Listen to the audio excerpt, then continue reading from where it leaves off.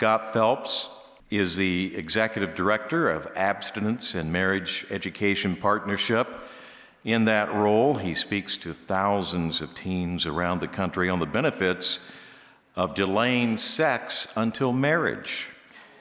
He also provides training to help educators and parents communicate that common sense message to young people. Think about it.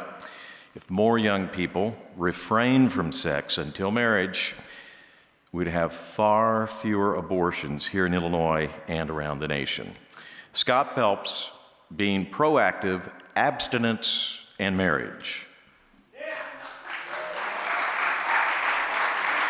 It's been a terrific day already, and what I want to talk about now is sort of how to get on the front end of this. How do we get on the front end of this issue? So I'm going to call it Teaching the Success Sequence is a positive solution to reducing abortion. Well, what is the success sequence? Let's start off there. The success sequence teaches youth the optimal pathway for future success with a clear emphasis on the objective benefits of reserving all sexual activity for marriage. Now, technically, the success sequence has been identified by researchers as 3 steps. And, you know, when I was growing up, it was something that I knew when I was 5 years old. First comes love. Then comes, yeah, and that's not what the researchers are telling us. What I knew when I was 5 years old, thank you very much.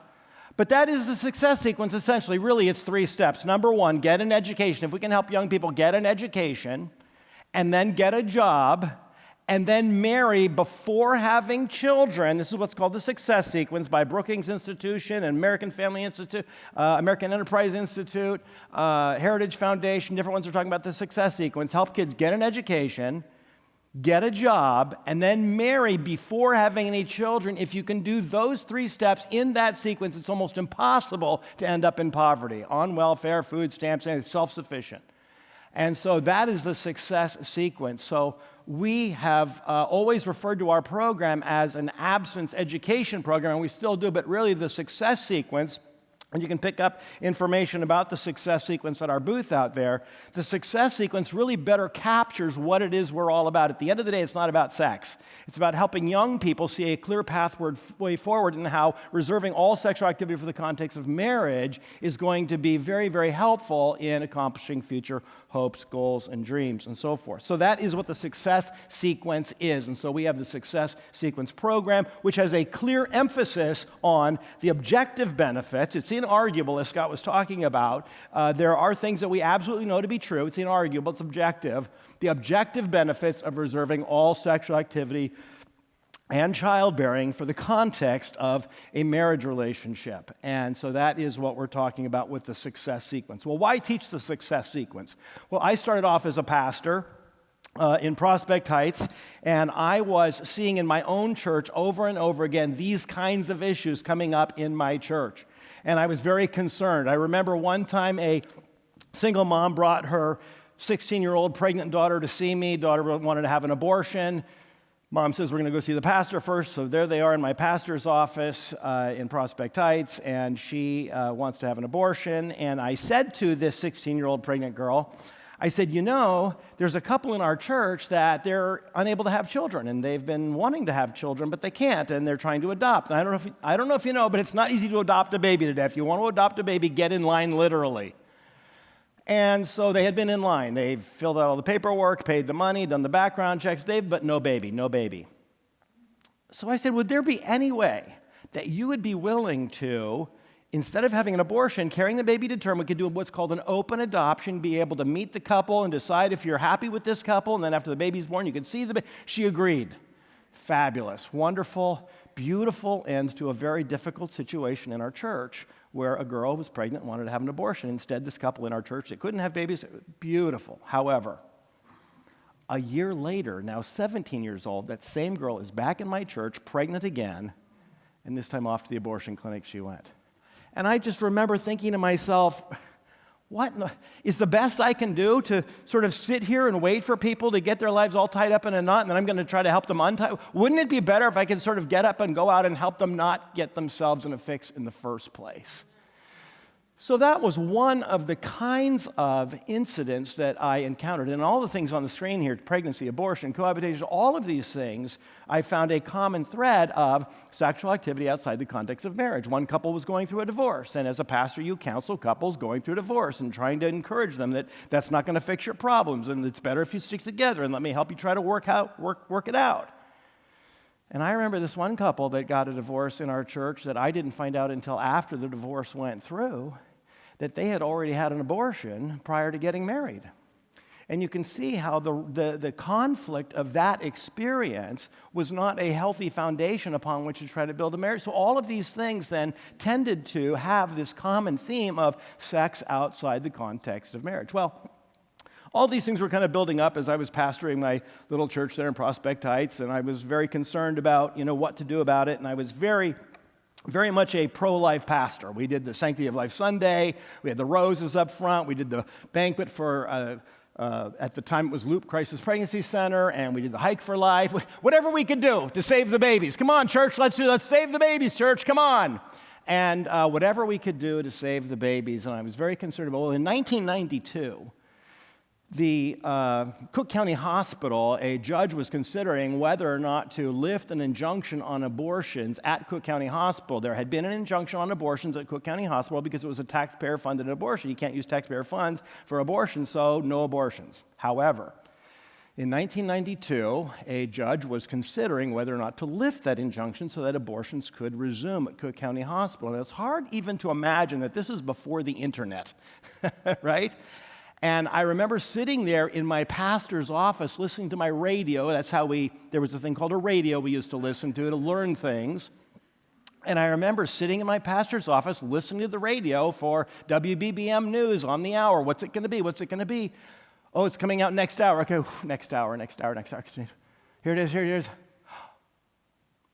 Oh my goodness, they did it. He lifted the injunction. Abortions to resume at Cook County. Now, I had never, as a pastor, been involved in a protest. It's just not my thing. I'm just not a protester. I hadn't done it. So I said to my assistant, we called them secretaries back then. I had a secretary, my administrative assistant, you might say now. And I said to her, Joanne, I don't know what to do. I just have this burning in my heart that something has to be done. Like this can't happen. This isn't good. I'm going to go join the protest, and I've never been to one before. I don't know what I'm supposed to do. I don't have any signs made up, but I'm going. So I got in my car, and I drove downtown to Cook County Hospital, and I got out, and I was going to join the protest, and I looked, and they had barricades set up on one side, and they had barricades set up on the other side. And I got down there, and I looked around, and I'm like, where is everybody? Okay, I'm here. Where is everybody? And it turned out that I guess I was the protest. And so here I am on USA Today, 1992, being escorted away from the front of Cook County Hospital for being a protester, We can't have a protester. And I just didn't know what to. So what was funny was when I got there and there was nobody there except, who was there? The great big trucks, CNN, NBC, ABC. All the news trucks are there with their big satellite dishes and everything. And so I was on all the different news shows that night and everything. And in the picture, I am reading this verse. Let me see if I can do it. Something like this. And here's the verse I'm reading at the top of my voice, because I didn't know what to do. I've never been to a protest before, Elaine. I don't know what I'm supposed to do. I'm just going to do this, because this is good. This is true. What am I going to say? I'm going to read this. So I just, at the top of my lungs, Proverbs 24:10. If you faint in the day of adversity, your strength is small. Rescue those who are being taken away to death. Hold back those who are stumbling to the slaughter. If you say, behold, we did not know this, does not he who weighs the heart perceive it? Does not he who keeps watch over your soul know it? And will not he repay man according to his work? Wow. And like Scott was saying, it was just repeat, repeat. I just kept reading the same thing over and over. This and Psalm 139, back and forth I would go, just reading God's word, not making any comment on my own, just as loud as I possibly could. And the pictures of the police escorting me away from the front of the building because, you can't be doing that. Well, you can, but just not right in front of the place, I guess. But my point is, that's how I got started. And let me just pause and say what I intended to say starting off is what a great honor it is to be here because I have such deep affection for Illinois Family Institute. Back in those days before there was an internet and I would listen to the radio, the other way I would get my information is I would call IFI. I would call Illinois Family Institute. I would say, give me more information. I'm going to be preaching this Sunday. And I would get as much information as I could from IFI. And I have always greatly appreciated their work. And David, I have such appreciation for you and the work that you all do. So thank you very much.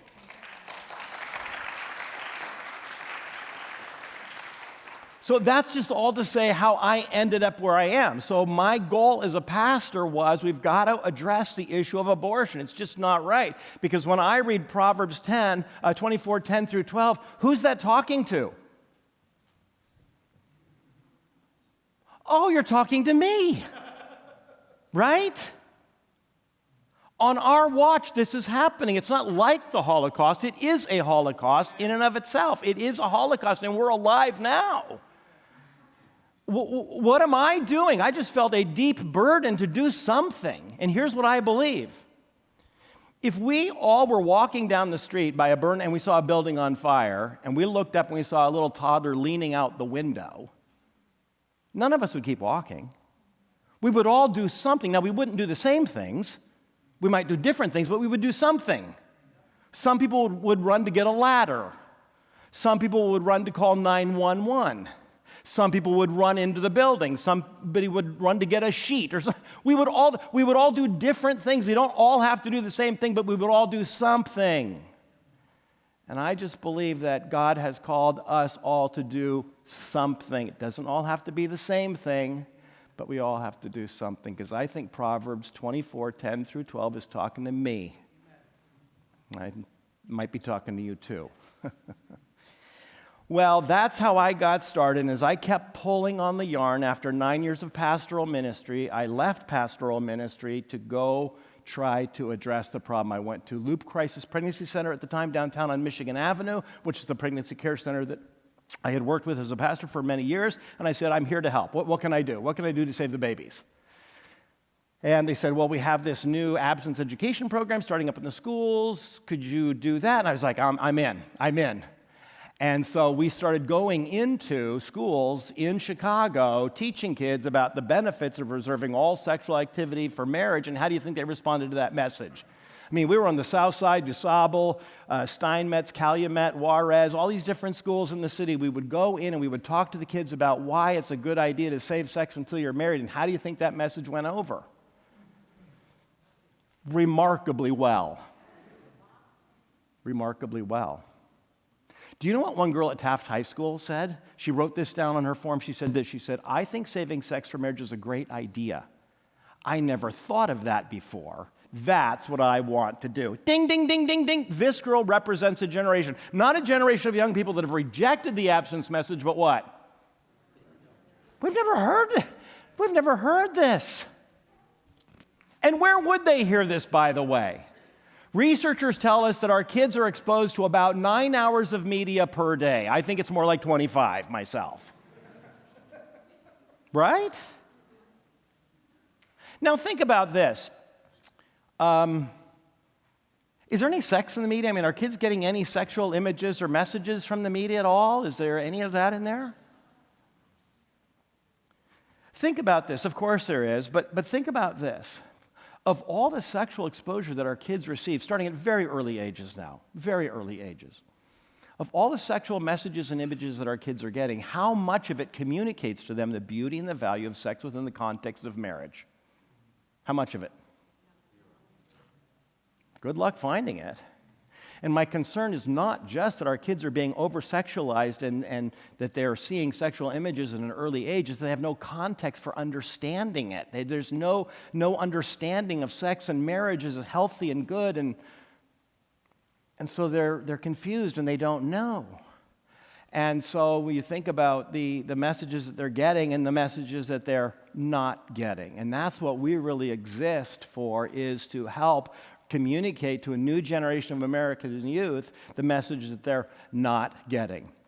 Now, how are our schools doing? Because our schools can help out, right? Our schools can be really helpful in addressing this situation, because what schools can do, for example, is they can give birth control to the kids. That'll solve the problem. I do this in my training seminars for public school teachers, knowing that many are going to teach contraception, and I say to them, wouldn't it be fabulous if we get all of our girls in the 6th grade on birth control pills? Wouldn't that be great? Problem solved. Wouldn't that be a terrific thing to do? Or would we maybe be facilitating a problem rather than solving a problem? See, I'm not so sure this is the best way to handle the claim that this Portland Maine School District was making, that, well, we've got 6th grade girls in our schools getting pregnant, therefore, we said at the time, if you've got 6th grade girls in your schools getting pregnant, maybe you should be asking the question, who's getting them pregnant? Because it's probably not 6th grade boys, if you know what I mean. And maybe what you've done is only enabled and facilitated an abusive, inappropriate, harmful relationship. I shouldn't even call it relationship. This was Portland, Maine. Some years back, I pulled this off the internet. Look at MSNBC at the bottom right says, I don't know, what do you think? Is it maybe a little much? A little? That's MSNBC saying that. Well, now here's 2021, 2 years ago, CPS. Here's the geniuses at CPS. Free condoms for nearly every school in the city, including elementary schools. And what they said is any school that includes 5th grade, that's basically elementary. They said the Sun-Times article identified 12 schools in the city of Chicago that don't include 5th grade. So virtually every school in the city. Free condoms for all. And the article made it clear that the CPS was saying to the schools that, oh, and by the way, if you run out, don't worry, there's more. There's more. I happened to be in Washington, D.C. one year on December 1st. Anybody know what December 1st is? It's World AIDS Day. World AIDS Day, December 1st. I happened to be speaking at a middle school 4 blocks north of the Capitol, inner city youth, auditorium full. And because it was World AIDS Day, I had picked up in my hotel the Washington Post, which had an article on World AIDS Day, of course, because you have to do that on December 1st. And it was about how the Washington, D.C. Health Department was going to have condoms available everywhere. We're going to have them in the bars and the restaurants and the schools, everywhere. That's going to. So these are middle school kids, full auditorium middle school kids, downtown Washington, D.C. And I read to them the Washington Post article. I says, how many of you kids think that condoms everywhere is the solution to the AIDS problem? Well, let me see your hands. How many hands went up? How many of you kids think that this is a Band-Aid approach? It isn't really going to solve the problem. These are middle school kids. I'm like, okay, you kids should be running the city. And I said, how is it that you as middle schoolers can figure this out and the people running the city can't? Help me understand. So this is the crazy that we're dealing with, and this is here, CPS, and the new national sex ed standards basically call for CPS-style sex education statewide. That's what the national sex ed standards are all about, is let's take what the geniuses in Chicago are doing, and let's make everybody do that throughout the state, because what could go wrong? What could go wrong? Fortunately, it's not mandated, and so we have worked very hard to help schools across Illinois understand that you don't have to do this, you don't have to do this, there's a better way, let us help you do a better way. And so our curriculum division works with schools. Since 2017, about 300 schools around the state of Illinois working with us to teach abstinence until marriage in their schools and understand that you don't have to do the national sex ed standards. I had slides in here about this, which I had to cut out because it's too much. It's another presentation in and of itself to understand what the national sex ed standards are. But it's basically a group of radicals in Washington that have put together a wish list, right, that they want to impose on your kids. And It's happening here. Unfortunately, most schools have opted out. So the Success Sequence program, our curriculum division, has these 4 different curricula available. You can see samples at our table. I'll give you a sample to take to your local school if you want. And we want to combat the media messaging that our kids are getting with a clear message on abstinence until marriage. We've now had about 2 million teens go through our programs. This is around the country. This is Illinois, just to give you some Chicago area. Just to give you some idea, yeah. So, just to give you some idea of, again, this all started off with just a desire to do something. I mean, what are we going to do? Well, why don't we start by helping young people understand and appreciate the value of waiting until marriage? Why don't we start there? And that's how this all started out. So let's just sort of now slow down a little bit, and what I want to do is look at the big picture here. Why are we concerned about our kids? What is the fundamental problem that we face today? If you were going to develop a program to help our young people today, what would you understand as the fundamental problem that we face in our culture today that you would want to be addressing? If you only get to pick one, we're concerned about all of these things, of course, but you only get to pick one. Which of these are you going to go after? What is the fundamental problem? What are you going to say? Breakdown of marriage and family? Yeah, and what we tend to say is that the first 3, pregnancy, STDs, and sexual activity, tend to be symptomatic of the breakdown of marriage and family, right? So Glenn Stanton, who serves on our board, he's at Focus on the Family. He's written a number of terrific books. One is called Why Marriage Matters. Glenn writes this. He says, of all the social problems facing American civilization, the decline of marriage and the breakup of the family is unquestionably our most pressing problem. Its impact is widespread and comprehensively destructive. Agree, disagree? Maggie Gallagher puts it this way. She says, when men and women fail to form stable marriages, the first result is a vast expansion of government attempts to cope with the terrible social needs that result. There is scarcely a dollar that the state and federal government spends on social programs that is not driven in large part by family fragmentation, crime, poverty, drug abuse, teen pregnancy, school failure, mental and physical health. Now, look, these are researchers, okay? They're not telling us what they think. They're telling us what they know. They're saying that when we dig into the data, what we find is that where you have a host of social pathologies, you have the breakdown of marriage and family. You have family fragmentation, that is to say, either broken down families or never formed families. And it's not just having 2 parents in the home, but it's having a father that is married to the mother in the home makes a difference.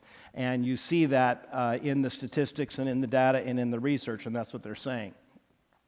So let's zoom in on this a little bit. Highest rates of birth outside of marriage. Let's take a look. And what I want to do here, have a little fun. Work with me a little. Can we have a little bit of fun here?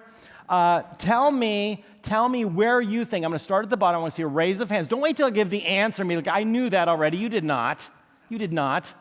So start at the bottom, 35 to 40. How many of you would say the highest rate of birth outside of marriage in America today is among the 35 to 40s? Anyone? No. How about the 30 to 34s? The 25 to 30s? Oh, some of those. How about the 20 to 24s? Some of those. How about the 15 to 19s? All right, well, you're all over the place. You're all over the place? All right, let's take a look. So now let's take a look at where the highest rates of birth outside of marriage are, the non-marital births by age. And so let me have a drum roll, please. Can I get a drum roll, please? Answer is? Oh, see, some of you had that one, 25 to 30. Now, if that's number 1, what's number 2? Number 3? Number 4? Number 5? Anyone? Surprising? It is surprising. And that's why I do this little dog and pony show, because it's just kind of fun. The point is, it's not what we think. It's not what we anticipate. And this age keeps going up every year. This is the latest data out as of 2023. Every year, this keeps getting, moving over and over and over. And so only 13 compared to 13 per thousand is the rates compared to the others.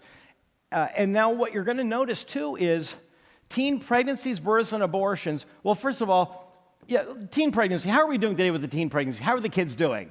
Generally, historically, are we going up? Are we going down? Are we staying the same? Where are we at with teen pregnancies today? Down dramatically. Dramatically. We have the lowest rates of teen pregnancies, births, and abortions ever recorded. Now, here's my question, and I just asked this at a series of seminars that I was doing, and we just did 6 cities. Our curriculum division goes around. In the last couple of weeks, we did 6 cities around Illinois where we go and do the training seminars. And when I do this slide, I say to health teachers who are gathered, did any of you know this coming in? See, if I didn't know this for a living, if I didn't do this for a living, I wouldn't know this. Did you know this? Did you know that teen pregnancies have been in steep decline for 3 decades? Like, how do we not know this? You couldn't have a clearer trend, and yet somehow this is news to all of us. And I think part of it is because you need the crisis, right? You've got to have the crisis to jam your agenda through. So, for example, Tom, on the floor during the debate for SB 818, I remember either the sponsor or one of the supporters of the bill standing up and saying, we need to pass this sex ed bill because teen pregnancy is out of control. I'm like, what is she talking about? Now, I thinned out my slides for the sake of time, but my next slide would have been just Illinois, but it's the same. It just looks the same. So this is U.S., and it only goes to 2017 because that's the latest I can get the data for these 3 metrics for that age group. So that's why it's only through 2017. I'm constantly updating material. So this is pregnancies, births, and abortions for teens, and that's the good news. Now the question becomes, why is this? What accounts do you suppose for this steep drop? Because before this, if I made my graph go longer, you'd see prior to 1990, it's pretty level. 1990, it starts to go actually to about, 80, it starts to waver a little bit, but then 1990, it really kind of goes off a cliff. But it's pretty stable up to 1990. And then you see this big drop.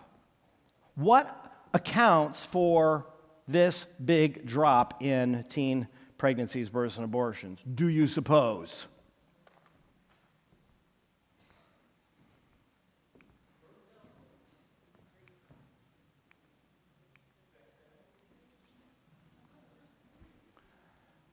I'm sorry, I try to make my slides kind of big, but this is a big room, so it's hard to see that, but this is teen contraceptive usage. My point here is that sex education in our schools has done a terrific job of promoting contraception among teens.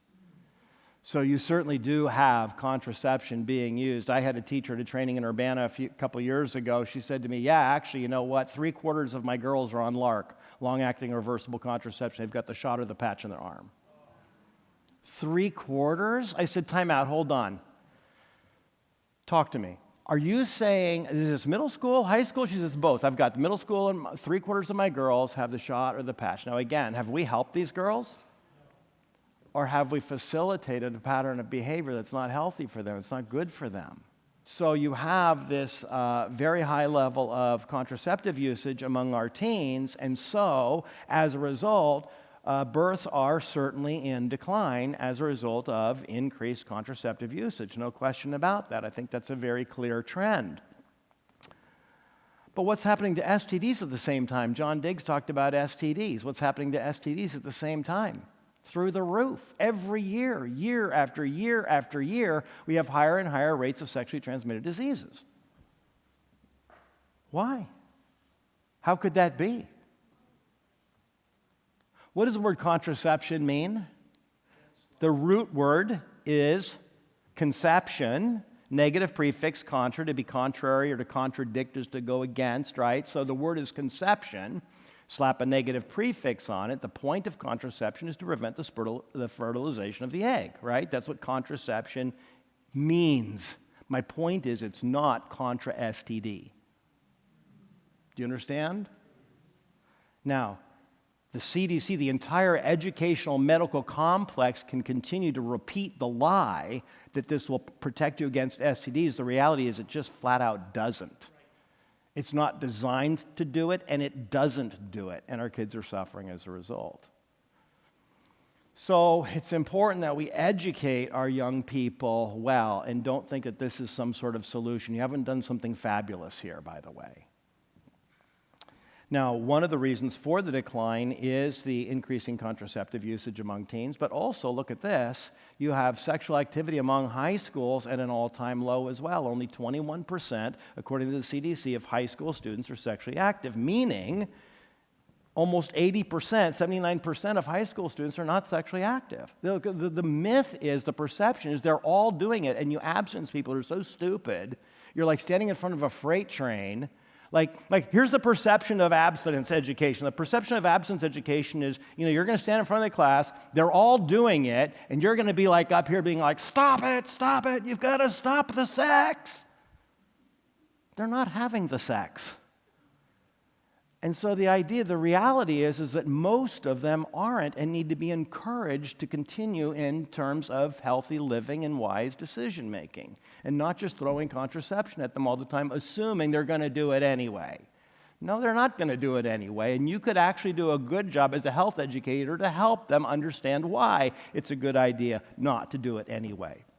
So this is the reality, and again, I've been doing this now for over 20 years, and the idea that abstinence is unrealistic is one that I've heard more than a few times, right? You're such a Neanderthal. Why don't you wake up? Why don't you figure it out? Why don't you quit being such a prude, such a dope, such a goof? I mean, come on, abstinence? Really? What? Yeah, you mean what 80% of high school students are? How can you tell me it's unrealistic when 80% of high school students are doing that? So it's not unrealistic. It is by definition what is real. And even if it wasn't, we would teach it anyway because it's healthy and good for them. All right. This is the one that I really wanted to chat with you about for a few minutes, because this is the one that I find to be most significant in terms of its implications for our culture today. Now, what this shows is the percentage of non-marital births is at 40%. That is to say, 4 in 10 children in America today born outside the context of marriage. And we ought to be concerned about this, of course. But if you look at it, in 1960, the year that I was born, you had 1 in 20 born outside of marriage. In 1960, 95% of kids born to a married mom and dad. In the year 2000, that shot all the way up to exactly 1 in 3. And the question is, where is it going? Isn't it the case that soon most American children will be born outside the context of marriage? Should we care about this? Now, look, this is a pro-life worldview conference, and what I'm showing you is what we're doing to sort of get up in front of the curve and try to help young people understand why reserving all sexual activity for marriage matters and why it's important. And you can see here that between 1960 and 1970, I'm not a rocket scientist, but even I can look at this graph and go, it looks like something happened about there. What happened there? 2019, we had the 50th anniversary of something that happened in 1969 in upstate New York. Woodstock, sex and drugs and rock and roll. And the mantra of the sexual revolution was what? What was the mantra of the sexual revolution? Free love, meaning what? What were you free from? You were free from marriage. Hey, listen. That whole marriage, you don't have to get married. No. You just get yourself some contraceptive. You can have sex with a whole bunch of people. It'll be fabulous. I mean, what could go wrong? Well, Brad Wilcox, in his article that he's written here on abstinence and marriage, he makes this point. He says, over the course of the last 40 years, more children have been born and reared outside of a married home, at least in part because the sexual revolution undercut the norm of premarital sexual abstinence. Most scholars who have studied the nation's recent retreat from marriage over the last 4 decades agree that the sexual revolution played an important role in fueling this retreat. Now watch who he quotes here. Dr. George Akerlof, a Nobel Prize-winning economist at the University of California, Berkeley. Not a right-wing think tank. Dr. George Akerlof, a Nobel Prize-winning economist at University of California, Berkeley, argues that the sexual revolution, aided in part by widespread contraception, fueled a dramatic increase in premarital sex and reduced the normative imperative that men should take responsibility for the children they help bring into the world by marrying. These two developments in turn led to dramatic increases in non-marital childbearing. So here you have Wilcox at the University of Virginia, Akerlof, University of California, Berkeley, and what the smart people are saying is that the sexual revolution of the 1960s detached sex and marriage, and when you had the derailment, the detachment of sex and marriage, all bets are off. And we now, 2021, we are sexual revolution in full flower. We're seeing it all. We're seeing it all. And so this is why it's important for us to understand that what happens is when you take sex outside the context of marriage. Now, I like to share, when I do speak with kids, I like to share the analogy of my family likes to go camping. We haven't been camping for a while, but we've been to all the big parks, Yosemite and Yellowstone and Tetons. And this year we're going to do Sugar Pine Point in Lake Tahoe, California, where I grew up in the North Shore of Lake Tahoe, and we're going to go to Sugar Pine Point. Now, I love Lake Tahoe. If you've never been to Lake Tahoe, it is one of the most beautiful lakes in the world. You should go. So we have family out there, so we're going to go out there and be with family. But whenever we go camping, there will always be signs that say, campfires in designated fire pit area only. Not don't have a campfire. No, you can have a campfire is part of camping. Get out your marshmallows, you make some s'mores, get a little guitar, a little kumbaya around the campfire. That's all part of camping. Yay! But what? You can't just make a fire anywhere. You'll burn the place down. No, see, we've made this circle of rocks and we've dug it down kind of deep, so you make the fire down in there and everything's great. It's wonderful. You're camping, you're having a great time. But if you think you can just make a fire anywhere you please, you're going to have a real problem on your hands. And see, marriage is that fire pit. Marriage is that circle of rocks dug down deep, and sex within the context of marriage is beautiful, and it's for God's purposes and designs, and it's wonderful. But you can't just go having sex anywhere you want, with anyone you want, anytime you want. You'll burn the place down. You'll have STD rates at record levels year after year after year. And so the whole point of helping young people understand the beauty and the value of marriage for them to understand is that marriage is the safe place for sexual activity. Look, sex isn't a bad thing. God created it. It's not a bad thing. But we have to help people understand why marriage is the safe and protect. And what the sexual revolution did is it just took a sledgehammer to that pile of rocks and scattered them everywhere. I remember you're going to have Eric Metaxas at your banquet, and I was on his radio show one time. We were talking about this, and we were talking about abortion.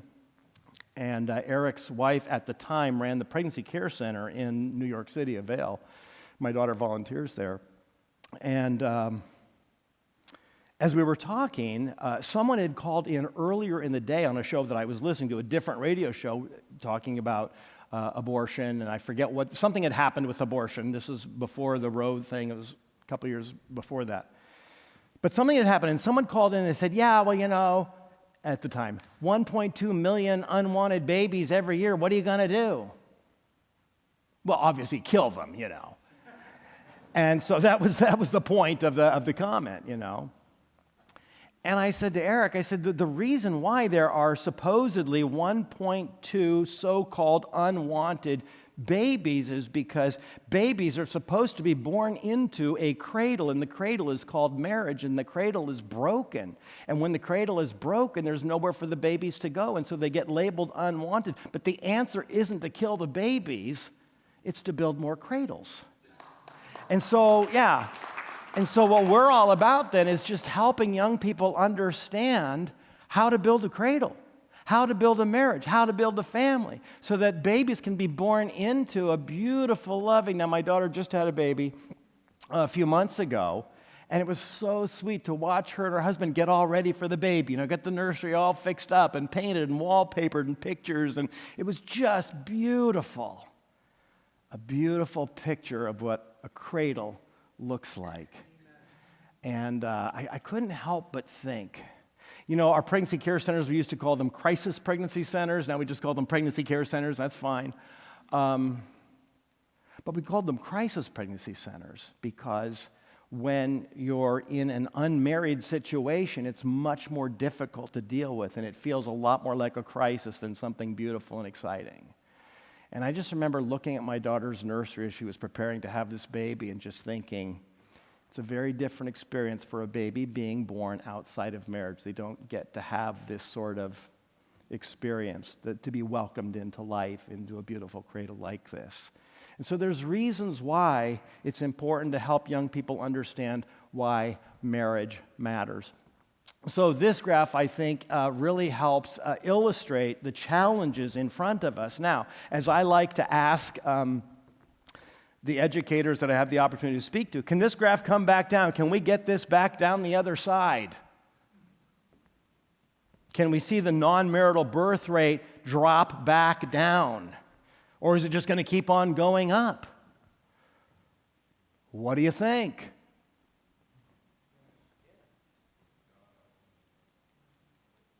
So, who said that? With God, all things are possible.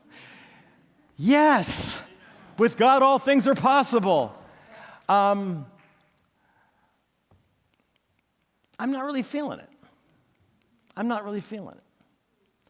And this is what I say to my educators. I'm not really feeling it. Because I don't see, when you say yes, I don't see how you're going to get that to come back down. Unless the adults in the room get serious, recognize and understand what the issue is here, and then work systematically, collectively, nationally to help a new generation of American youth understand what marriage is, why marriage matters, and why waiting until marriage is a good and healthy thing. If we do that, then yeah, I think it can happen. But it is a Herculean task, and it's what we're absolutely devoted to at A&M. So the Abstinence and Marriage Education Partnership works to educate. We're out in Washington, we're in Springfield, we're trying to work on policy. In fact, years ago when the federal government came up with abstinence education guidelines, they used our game plan curriculum as the basis for the definition of what abstinence is and the national definition of abstinence. We were glad about that. It's changed since then, unfortunately.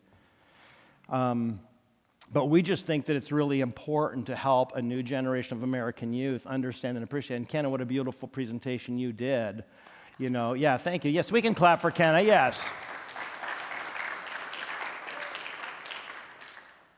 It scares me to think about what your generation is being fed, You're able to counteract it because you've got a strong family structure and church structure supporting you. Think about the kids that don't have that, and how they're taking in these messages and processing it. They need help. They need our help. They need us to come to their rescue. They need us to come to their aid. They need us to educate them, equip them, support them, help them. And that's what we want to do. All right. So that's our purpose. A&M exists to ensure that every teenager in the country has the opportunity to hear a clearly reasoned, positive presentation of the benefits of abstinence until marriage and instruction on preparing for a healthy future marriage. That's what the success sequence is all about. We want to help young people understand and appreciate why this is an important message. Now, do most youth have the opportunity to learn these things? The answer is no. Most schools teach sex education, and I'm going to argue that sex education in American schools is nothing more than a codification of the sexual revolution. It's here's all the different contraceptive methods that you can use and where to buy them and how much they cost and all of that. And your field trip, your homework assignment is to go to the hardware store, go to the drugstore. They probably have them at the hardware stores too. Go to the drugstore and find out, how much are they. Seriously, they have homework assignments like this. What bus route do you take to get there? I'm serious. I've seen these homework assignments. Go figure out where you're going to get your contraception because you got to be prepared, And so what sex education is in America, this is the fundamental message in our schools nationally is, here's all the different contraceptive methods, and how much discussion is there about marriage? I say this. I was on a talk show with a lady out in LA, and we were going back and forth. She was a sex ed person, and I said this. I said, listen, I don't know of a single sex education program in America that will even give kids the option of waiting until marriage. I've never seen one. You know what she said? Yeah, we don't teach that. I know you don't. So there is no sex education program in America that teaches any healthy good about marriage. We exist to fill that void. And the way it works now is that is the fundamental message in American schools. And then if they have an absence presentation from a local pregnancy care center, it's 2 or 3 days of the weird people coming in with the alternative message. I'm serious. And so what we want to do is flip that around. We think this should be the fundamental message being taught in our schools and not the alternative to the norm. So the norm is sexual revolution. You don't need to get married, but here's all the different contraceptive methods, sexual revolution. That is the fundamental message. We think that needs to be replaced, and we are working to reinstitutionalize abstinence education as the primary message our kids receive in schools across America. So that's our.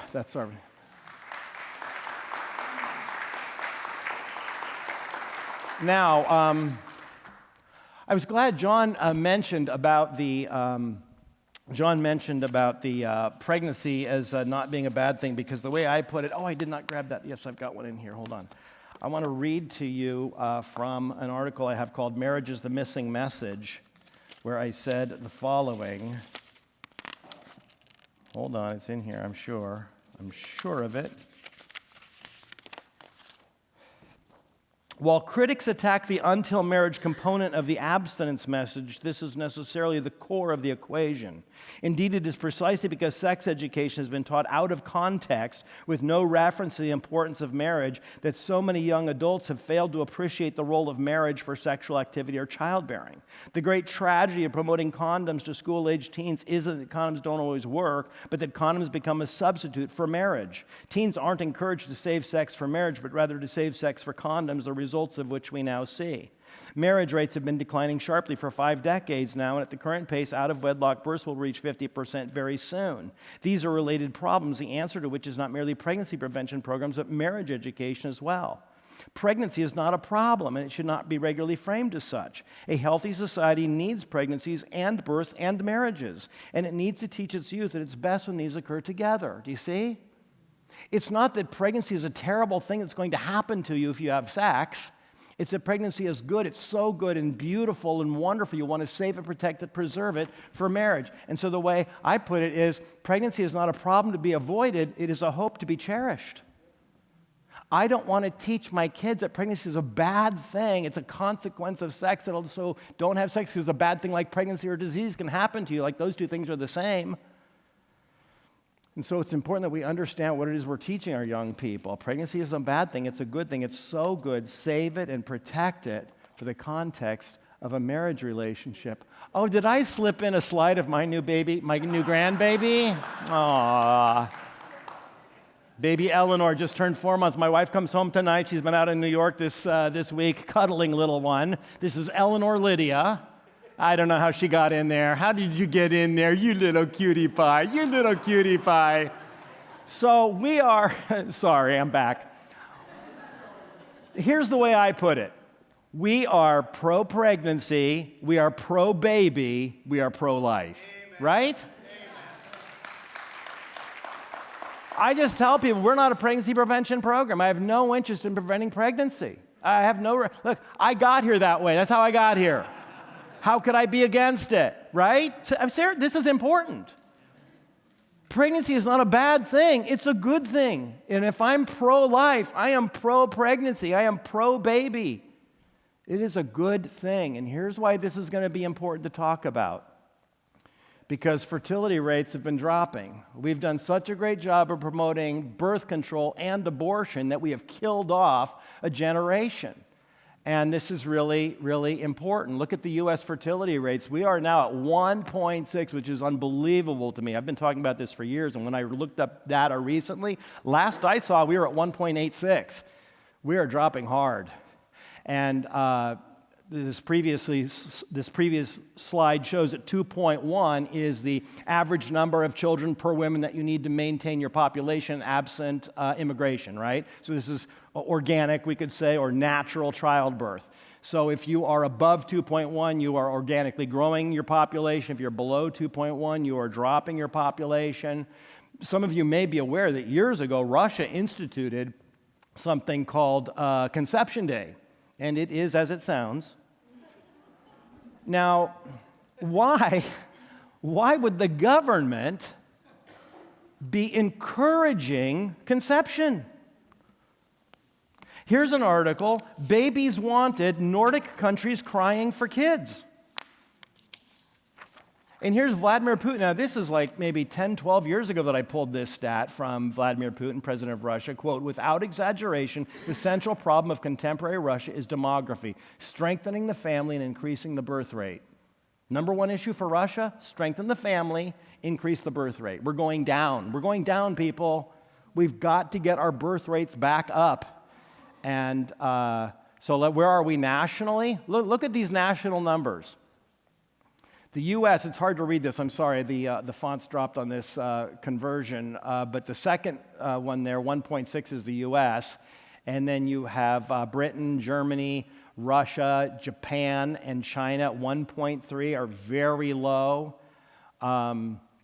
Was it Scott or John was talking about Italy? I think John mentioned Italy, so I looked while he was talking, 1.2 for Italia. This is significantly problematic. It is a significant problem, and we need to be aware of it. And so the idea that all we're going to do to solve our problems is we're going to put our kids on the pill and we're going to shoot them up with drugs so that they can't have babies, and somehow we've done something wonderful, we don't know what we're doing. And so it's important for us to understand the problems here that the fertility rates dropping are causing. So much more. This would be a whole presentation. I'm just giving you a snapshot on this one here. So the three metrics that really drive our work are, number one, non-marital birth rates at 40%, fertility rates at 1.6, and then marriage rates at an all-time recorded low. This is not good for our culture. Marriage is the cornerstone of culture, and the pathologies that we see in our country today are directly attributable to a decline in marriage. That where you have failing marriage, Maggie pointed out earlier in the presentation, where you have fragmented families, failing families, is where you have a host of social pathologies. And to the extent that marriage continues to crumble, so does our culture, so does our community, so does the family. Here are marriage rates over the years. This is going back to 1900. Is that enough historical perspective for you? Let's go to 1900. I'm going to try to use this thing. I've avoided using it because it's a little weird here. Okay, there we go. There we are. So see where we are over here? See that? 1900. Whoa. We're off a cliff. We're off a cliff.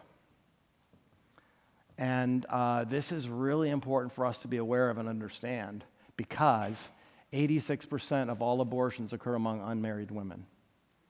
And if we really care about saving babies, there's few things better that we could do than strengthen marriage in America. Because the more women who understand the value of marriage, men and women, I should say, young people, who understand the value of marriage and why waiting for marriage matters and do so, we're going to see a significant decline in abortion overall. Now, we are seeing declines in abortion overall, but we're also seeing decline in birth rates overall as well. So that drop in the fertility rate and the drop in the abortion rate are going to go down together. So look at the huge number of abortions occurring among unmarried women. And so this really kind of goes to the heart of our work. We're trying to be proactive. We think it's important to be proactive. And we want to see pregnancy care centers. And there's a number here today. Thank the Lord for you. I'm so appreciative of your work. We started off working in pregnancy care center. I think it's really, really critical that pregnancy care centers not just wait for the problem to come, though, that we get up and we go out and we help reach these young people before they come into our centers.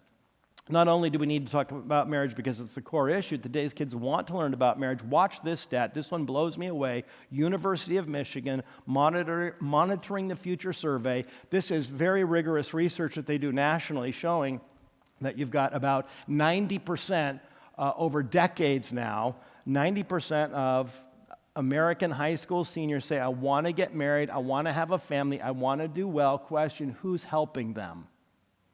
Where do our kids today get any encouragement toward marriage? And so what we need to do, and what I tell the educators that I have the opportunity to talk to is, if they don't learn these things from you, they may never learn it. Because where today do kids learn about the value and the beauty of marriage and family and why waiting for it matters? Now, usually in my seminars, people say, well, they learn about that in church. And I can only say, I hope so. I hope so. It's actually easier for us to get our programs into a public school than into a church. But that's another conversation, David.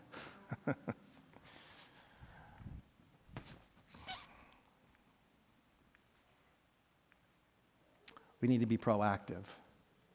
And we need to be proactive means that we teach our youth that reserving all sexual activity for marriage is the best way to prepare for a healthy and successful future. And we want to teach our youth that marriage is a good and worthy goal. We've got a number of videos on our curriculum division at successsequence.com. We've got a lot of videos up there that we offer to public schools that you can just show this in your class as part of the curriculum. And what we're trying to do is help a new generation of American youth see and understand the beauty of marriage and why waiting for marriage matters. And so this video is an example of one of a number of videos that we provide to schools, and this video clearly makes the case that we're trying to communicate to this generation. Go ahead, Jim. I remember when I was 8 years old, I went to an NFL game and I saw professional athletes running around on the field, and I thought for a flashing moment, I want to be one of these guys. I grew up here in Los Angeles, and football was one of those sports that I gravitated to. I understood at an early age that to be the best athlete, to have a goal of being a professional athlete one day, I would have to make certain decisions that were going to allow me to focus on that goal. Eating the right things, training a certain way, following directions. I felt the same thing if I wanted to have an A-plus marriage one day and have a healthy family. I would have to do the same things. I would have to eliminate the distractions and prepare myself to be the best Glenn Milburn that I could be for that future Mrs. Milburn. Those were the lessons that I learned in high school that really allowed me to be successful my senior year. From the first touch of that season, I ran a 90-yard touchdown, and literally out of nowhere, I ended up having a tremendous year. I became recruited by colleges, and so I now had an opportunity to really make some of the dreams I had come true.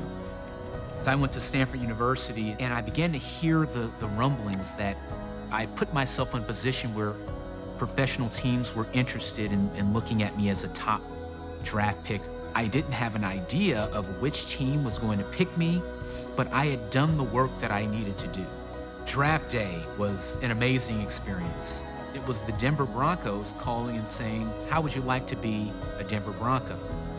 And when you get that call, it was the culmination of that moment of when I was an 8-year-old kid who had this dream, and then as a 21-year-old, seeing the realization of that dream, all of that coming to that moment to where now you're a member of an exclusive fraternity called the NFL.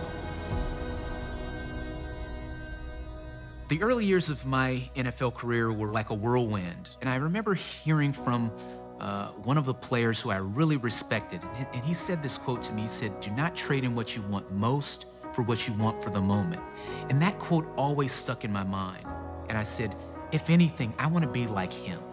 So many times, it's easy to take the thing that fulfills you for the short term. And so for me, it was making those decisions. If I wanted to have a successful performance on the field, I had to eat the right things. I had to train the right way. In my relationships, if I wanted to have the marriage that I always wanted, to have a lasting, successful marriage, I had to be someone that could be trustworthy, to be honest, to be someone that someone would say, you know what, I believe this person is somebody that I would want to spend the rest of my life with. Choosing not to date and choosing abstinence in particular was something that was important for me. In order to be successful at that, I needed to surround myself with other teammates that were like-minded. When things were tough, I had my teammates to lift me up and to really hold me accountable. So towards the end of my NFL career, I ended up attending a conference in Austin, Texas. And that's where I saw this girl. She was fresh out of college and starting her professional track and field career. We both shared very similar values and goals and wanted the same thing out of life. We had both made a decision to remain abstinent. And that was important because we wanted to get to know each other and not have the distractions and the pressures that sometimes that has on relationships. We were able to talk about our lives, what was important to us, how we wanted our futures to look like. In my mind, I felt this is the person I want to spend the rest of my life with. And she felt the same way. Toya and I would be married in May of 2000. I really am very fortunate and blessed to have the life that I have and have the wife that I have and have the children that I have. We would have never have had that opportunity if we wouldn't have made the decision to remain abstinent early in life. Reflecting back to what I was told, do not trade in what you want most for what you want for the moment. If I would have went for the short-term gratification, I wouldn't have the long-term joy and the long-term memories and the long-term experience that I have now, living a life that is a cherished life. So thankful.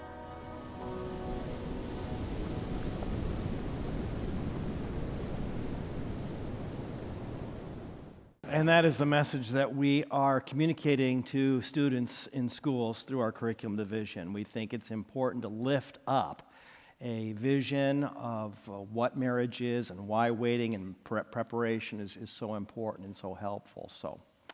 God bless you. Thank you.